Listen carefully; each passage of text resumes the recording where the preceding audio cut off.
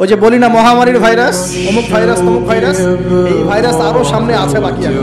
আর এখনকার নতুন রিসার্চ হচ্ছে ওই সাইবেরিয়া অঞ্চলের যে বরফগুলো আছে না, ওর নিচে এই 1 লাখ বছর 1.5 লাখ বছর 2 লাখ বছর আগের ভাইরাসগুলো নতুন করে জায়গা শুরু করেছে। এগুলো বিজ্ঞানীরা বলছেন যে এগুলো আবার কোন দিন জানি পৃথিবীতে আত্মপ্রকাশ করা শুরু করবে। সবকিছুই ঘটবে। বিশ্বটার খুব রহস্য আছে, বিশ্বটার অনেক রহস্য আছে। আল্লাহ পাক এগুলো খেলার ছলে সৃষ্টি করেন নাই, পরীক্ষা। এরপরে ইয়াজুজ মাজুজের সব প্রজাতি মারা যাবে। নবীজি বলছেন জমিনে কোনো জায়গায় ফাঁকা থাকবে না, সমস্ত জায়গাতেই ওদের দেহ পড়বে। এরপরে ঈসা আলাইহিস সালাম আল্লাহকে বলবেন, আল্লাহ জমিনটাকে পবিত্র করে দাও। আল্লাহ পাক কি করবেন জানেন? বড় বড় নখরওয়ালা, বড় বড় নখ আছে, বড় বড় নখওয়ালা একটা স্পেশাল প্রজাতির পাখি আল্লাহ পাঠাবেন। পাখি, এটা কোন পাখি কি নাম আমরা জানি না। ঠিক এরকম করে এই এক শ্রেণীর পাখি আল্লাহ পাঠাবেন যাদের নখগুলো খুব বড় বড় হবে, বিশাল বিশাল নখ।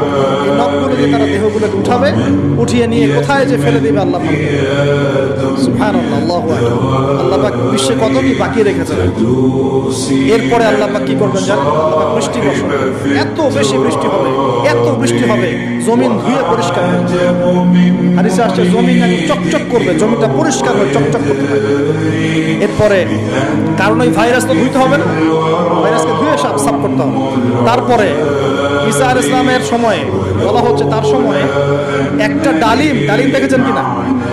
আনার ডালিম, এই ডালিমের যে খোসা হয় না, এই ডালিমের খোসার নিচে একটা পুরো পরিবার আশ্রয় নিতে পারবে। কি বুঝলেন? এত বড় বড় ফল হবে, এত বরকত হবে। কখন বরকত হয়? যখন একটা জনপদের অধিবাসীরা আল্লাহর সামনে আত্মসমর্পণ করে, তখন আল্লাহ বলেন আত্মসমর্পণ করছি। এই জন্যই তো অর্থনৈতিক মন্দা চলছে। সুদ খাচ্ছেন, ঘুষ খাচ্ছেন,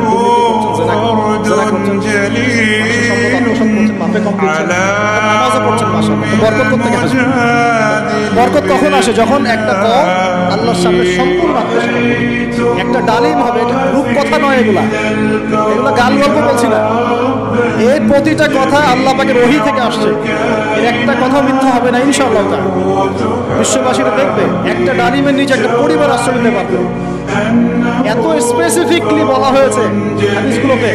নবী সাল্লাল্লাহু আলাইহি ওয়াসাল্লাম বলেছেন যে 10 জন ঘোড়সওয়ার, কয়জন ঘোড়সওয়ার? 10 জন ঘোড়সওয়ার বের হবে ইমাম মাহদির সময়, যারা খোঁজ নিতে যাবে যে দেখি দাজ্জাল বের হয়েছে কিনা। ঘোড়ায় করে খোঁজ নিতে যাবে, দেখি দাজ্জাল বের হয়েছে কিনা। ওই 10, নবীজি বলছেন আমি ওই 10 জনের নামও জানি, ওদের বাবার নামও জানি। এত স্পেসিফিক জ্ঞান দেওয়া হয়েছে আল্লাহর পক্ষ থেকে নবী সাল্লাল্লাহু আলাইহি ওয়াসাল্লাম। তার হাদিস থেকে বলছি, ডালিমের নিচে পরিবার আশ্রয় নিতে হবে। অনেকে হয়তো হাসবে, কি বলে এটা উল্টাপাল্টা, তাই না? নাস্তিকরা মনে করতে পারে যে হাসবে, আরে আহারিয়ে দিয়ে। এখন মানুষ ফেসবুকের মতো চিন্তা করে, ফেসবুকের মতো হাসে, ফেসবুকের মতো কাঁদে। মানুষ এখন রোবটিক হয়ে গেছে, ঠিক আছে? আচ্ছা, এরপর কি? এরপরে বরকতের এই সময়টা শেষ হয়ে যাবে কখন? যখন মানুষ আবার পাপ, শিরক, কুফর এগুলো থেকে আল্লাহ রাসূল বলছেন এমন একটা মানুষও বাকি থাকবে না, একটা মানুষও না যে খালি লা ইলাহা ইল্লাল্লাহ কালিমাটা পড়তে জানে, এমন একটা মানুষও বাকি থাকবে না। ওরা হবে এই পৃথিবীর সবচেয়ে নিকৃষ্ট মানুষ, সবচেয়ে নিকৃষ্ট কোনো মানুষ এই পৃথিবীতে হবে। এখনো কি এরকম সময় আসছে? আসে না। এখন কি লা ইলাহা ইল্লাল্লাহ আছে না? আছে, হ্যাঁ, হয়তো তার পূর্ণাঙ্গ প্রয়োগটা নাই, কিন্তু কালিমা তো আছে, আছে কিনা? তখন নবীজি বলছেন এমন একটা যুগ আসবে যে লা ইলাহা ইল্লাল্লাহ বলার মতো একটা মানুষ খুঁজে পাওয়া যাবে না। আর মানুষ রাস্তাঘাটে কুকুরের মতো জেনা করবে। রাস্তাঘাটে কুকুর যেমন সঙ্গম করে না রাস্তাঘাটে, ওই রকম করে মানুষ রাস্তাঘাটে জেনা করবে। ওই সময় আল্লাহ রাব্বুল আলামিন পশ্চিম দিক থেকে সূর্য উঠাবে। সূর্য সত্যি সত্যি পশ্চিম দিকে উঠবে। পৃথিবী একদিকে ঘুরছে না এখন, কে জানে আল্লাহ পাক পৃথিবীর ঘূর্ণন থামিয়ে উল্টা দিকে ঘুরবে। অবশ্যই পারে। আল্লাহ পাকের জন্য এটা খালি বলা, কুন ফায়াকুন। কয়েকদিন আগে রিপোর্ট পেয়ে গেছে পৃথিবীর নিচে কিন্তু আগুনের স্তর আছে। আচ্ছা, জানেন তো পৃথিবীর নিচে আগুনের বিলগুলো আছে। পৃথিবীর ভিতরে একটা ঘূর্ণন হয়, সেই ঘূর্ণনের দিক পরিবর্তন হচ্ছে দিন দিন। দেখেন ফাটাকাটি, অনেকে রিপোর্ট করছে যে পৃথিবী আগে যে গতিতে ঘুরতো এখন পৃথিবীর টাইম দ্রুত পাস করবে। আর শেষ জামানার হাদিস এটাও আছে, সময় দ্রুত পাস করবে, এটা হাদিস আছে। তো প্রিয় ভাইরা, এই সময় মানুষ খারাপ হওয়া শুরু করার পরে এমন খারাপ হবে, আল্লাহর নাম নেওয়ার মতো কোনো মানুষ থাকবে, আল্লাহ আল্লাহ বলার মতো থাকবে। তখন পশ্চিম দিক থেকে সূর্য উঠবে। কিভাবে কিয়ামত হবে? নবীজি বলছেন, একজন ব্যক্তি পানি খাওয়ার জন্য পাত্রটাকে মুখের সামনে নিবে, পানি গিলতে পারবে না কিয়ামত হবে। ওয়াকাআতিল ওয়াকিআ লাইসা লিওয়াকাআতিহা কাযিবা আল কারিআতু মাল কারিআ ওয়া মা আদরাকা আম্মা ইয়াতাসাআলুন আনিন নাবাইল আযীম। কত সূরা আছে কিয়ামত সংক্রান্ত, পড়ে দেখেন। ইযা সুলজিলাতিল আরদু জিলজালাহা ওয়া আখরাজাতিল আরদু আথকালাহা ইযা আশ-শামসু কুওয়িরাত ওয়া ইযা আন-নুজুমু ইনকাদারাত। এই সূরাগুলো পড়ে দেখেন। আম্মা পাড়ার শেষ পাড়াটা, যেটা 30তম পাড়া, এর সূরাগুলো পড়ে দেখেন। কিয়ামত চোখে দেখতে পাবেন। সিংহায় ফুঁক দেওয়া হবে। আল্লাহ পাকের ফেরেশতার এত ক্ষমতা আল্লাহ দিয়েছেন, একটা ফুঁয়ে পুরো মহাবিশ্ব ধ্বংস হয়ে যাবে। চারটাখানি কথা নাকি? দ্বিতীয় ফুৎকারে আবার সবাইকে জীবিত করা হবে। এই যে দুনিয়ার জীবনটা আমরা কাটাচ্ছি, এই 30, 40, 50, 60, 100 বছরের জীবন, এই জীবনের এক একটা হিসেব আল্লাহর সামনে দাঁড়িয়ে এই দুনিয়ার জীবনটাতে প্রস্তুতি গ্রহণ করি। যেমন ধরেন, মনে করেন আমাদের সংকট হয়েছে, এখন আমরা বহির্বিশ্বের কোনো দেশের কাছে গেলাম, গিয়ে বললাম যে আমাদেরকে লোন দেন। ওরা কি এমনি এমনি লোন দিবে? এমনি দিবে? যাও, তোমাকে 10 কোটি টাকা এমনি এমনি দিয়ে দিলাম, $1000 বিলিয়ন এমনি দিবে? কখনো এমনি দিবে না। বরং সে একটা সুদ ফিক্স করবে, হয় 10%, না হলে 12%, না হলে 20%। ও সুদ ফিক্স করবে।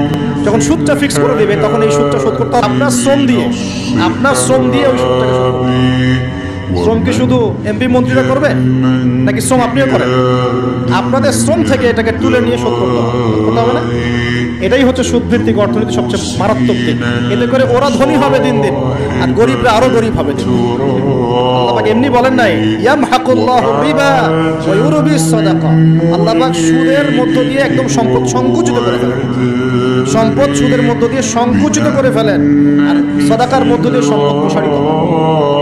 এই আয়াতগুলো খালি পড়লে হবে না, বুঝতে হবে, বাস্তবে প্রয়োগ করতে হবে। আচ্ছা, আরো ব্যাপার আছে। এখন সুদ দেওয়ার সময় কি হবে জানেন?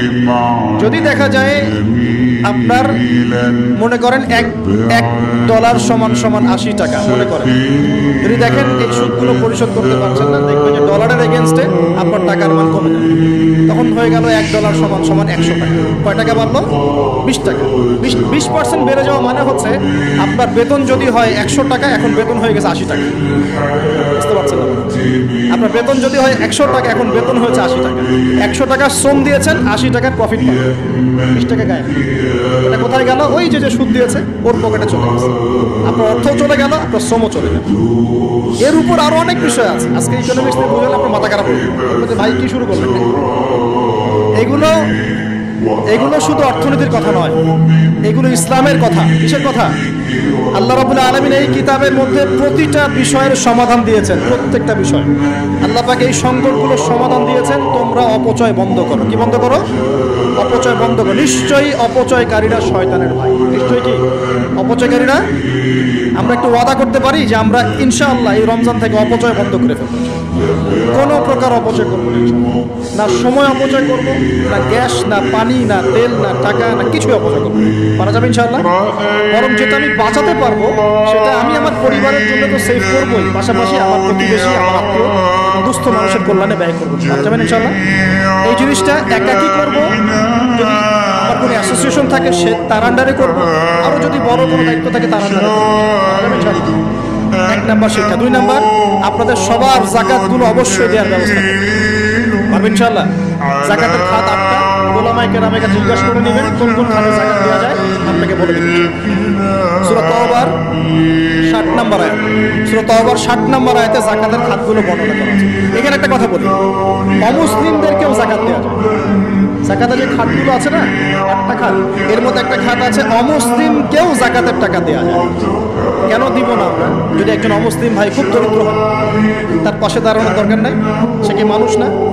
তার সাথে কি আমরা শত্রুতা পোষণ করবো, ঘৃণা করবো?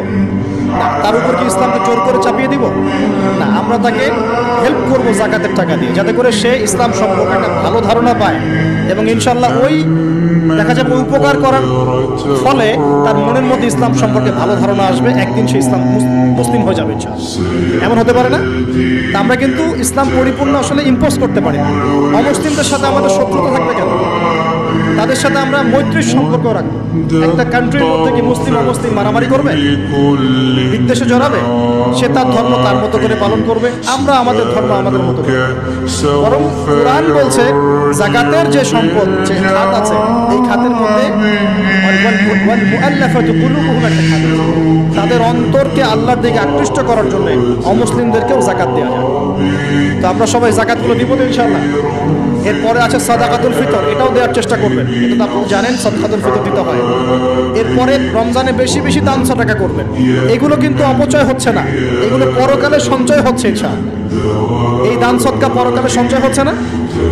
আল্লাহ রাসূল বলেছেন যে একটা খেজুর দান করে, একটা খেজুর হালাল উপার্জন থেকে একটা খেজুরও যদি দান করে, এই দানটাকে আল্লাহ পাক বড় করতে থাকেন, আদর মহব্বত করে বড় করতে করতে করতে পাহাড়ের সমান বাড়িয়ে দেন। আর একটা হাদিসে নবীজি বলেছেন তোমরা এক টুকরো খেজুর দান করার বিনিময়ে হলেও জাহান্নামের আগুন থেকে বাঁচার চেষ্টা করো। ভাই রমজান মাসে আমলগুলো করার চেষ্টা করেন, ইনশাআল্লাহ তাআলা সমাজের সংকটগুলো কেটে উঠবে ইনশাআল্লাহ। যদি এগুলো বাংলার মানুষ আমল করতে ব্যর্থ হয়, দেখেন রমজান মাসে কি হয়। আল্লাহ না করুক, তবে ভয় করছি রমজান মাসে একটা অর্থনৈতিক সংকট হয়ে যেতে পারে। আল্লাহ পাক আমাদেরকে বোঝার তৌফিক। আরো যে বিষয়গুলো বলছিলাম, রমজান মাস আসার আগেই এই কিতাব, আল্লাহ পাকের কিতাব অবশ্যই তেলাওয়াত করা শিখে নেন। সবাই তেলাওয়াত করতে পারি তো ইনশাআল্লাহ?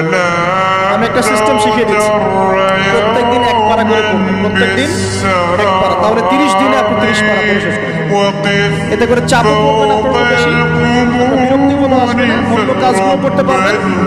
1 ঘন্টা 1.5 ঘন্টার মধ্যে এক পারা পড়ে শেষ করবেন, পারা যাবে ইনশাআল্লাহ। আল্লাহ সবাইকে কোরআন পড়ার তৌফিক দান করুন এবং অর্থ সহ বুঝে পড়ার তৌফিক দান করুন। আর কোরআন তেলাওয়াত কিন্তু শিখতে হবে ভালো করে। কোরআন তেলাওয়াতটা ভালো করে না শিখলে যা হয়, সারা জীবন ভুল তেলাওয়াত করে যাবেন, অর্থ বিকৃত হয়ে যাবে, অর্থ কিন্তু পাল্টে যাবে। রমজান আসতে যে সময়টা বাকি আছে, এই সময়ের মধ্যেই কোরআন তেলাওয়াত করা শিখে নেন। আর যদি রমজান মাসে অনলাইনে কোর্স করতে পারেন, ইনশাআল্লাহ নিয়াত করেছি পুরো রমজান মাস অনলাইনে কোরআন শেখানো হবে ইনশাআল্লাহ। যারা ক্লাস করতে পারবেন তারা ক্লাস করবেন। রমজানের একটা কথা বলে সামনে যাব, সেটা হলো তারাবি নামাজ তো আমরা পড়ি, এর পাশাপাশি শেষ রাত্রে গিয়ে কমপক্ষে 2 রাকাত নামাজ পড়ার চেষ্টা করব। তখন একদম সাহরি করার আগে সাহরি করার একটু আগে কমপক্ষে আধা ঘন্টা আগে হলে ওঠার চেষ্টা করব। কমপক্ষে 2 রাকাত নামাজ হলে পড়ার চেষ্টা করবেন, কারণ ওই সময় দোয়া ইনশাআল্লাহ ডাইরেক্ট কবুল হয়ে যাবে।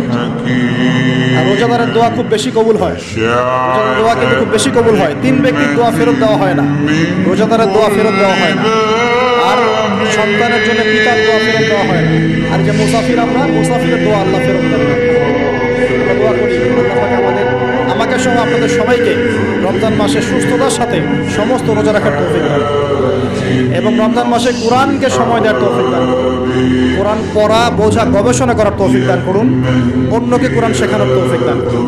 আল্লাহ পাক রমজান মাসে আমাদের সবার অর্থনৈতিক সচ্ছলতা দান করুন এবং রিজিকের মধ্যে বরকত আল্লাহ দান করুন।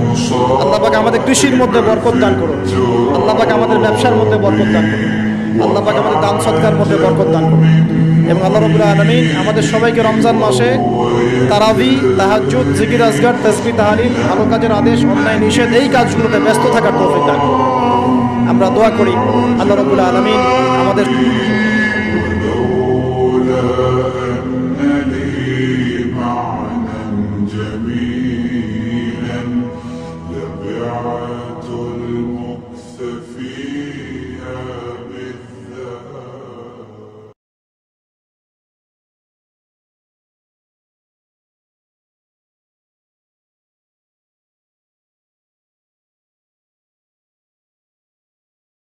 طويل الشوق يبقى في اغترابي فقير في الحياة من الصحاب ومن يأمنك يا دنيا الدواهي تدوسين المصاحب في التراب.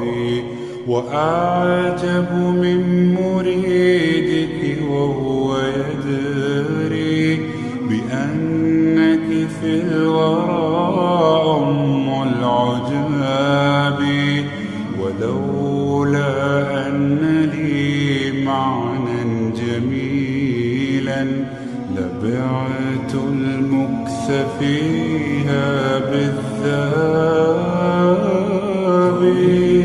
الشوق يبقى في اغترابي فقير في الحياة من الصحاب.